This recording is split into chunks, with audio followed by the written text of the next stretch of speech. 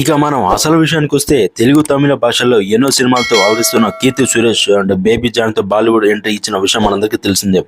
ఇక ఇటీవల ప్రేక్షకుల ముందుకు వచ్చిన ఈ చిత్రం పాజిటివ్ టాక్ కూడా సొంతం చేసుకుంది. తాజాగా ఈ చిత్రంలో అవకాశం గురించి కీర్తి సురేష్ మాట్లాడుతూ సమంతకు థ్యాంక్స్ చెప్పారు. ఆమె వల్ల ఈ చిత్రంలో తనకు అవకాశం లభించిందని చెప్పి అన్నారు. తేరి సినిమాకి రీమేక్గా ఈ చిత్రం రూపొందించింది. అయితే దీన్ని తమిళ వర్షన్లో హీరోయిన్ గా సమంత నటించారు. ఇక బేబీ జాన్ సినిమా హిందీలో రీమేక్ చేయాలని చెప్పి చిత్ర బృందం భావించగానే సమంత నా పేరు చెప్పారు. తమిళలో ఆమె పోషించిన పాత్ర హిందీలో నేను చేయడం చాలా ఆనందంగా ఉందని అన్నారు. ఇక సినిమాతో బాలీవుడ్ ఎంట్రీ అవ్వడం ఎప్పటికీ మర్చిపోలేని అనుభూతి. ఈ విషయంలో సమంతకు కృతజ్ఞతలని చెప్పారు. ఇక థియేరీలో సమంత నటన నాకెంతో ఇష్టం. నిజాయితీగా చెప్పాలంటే ఆ రీమేక్ కోసం సమంత నా పేరు చెప్పగానే భయపడ్డాను.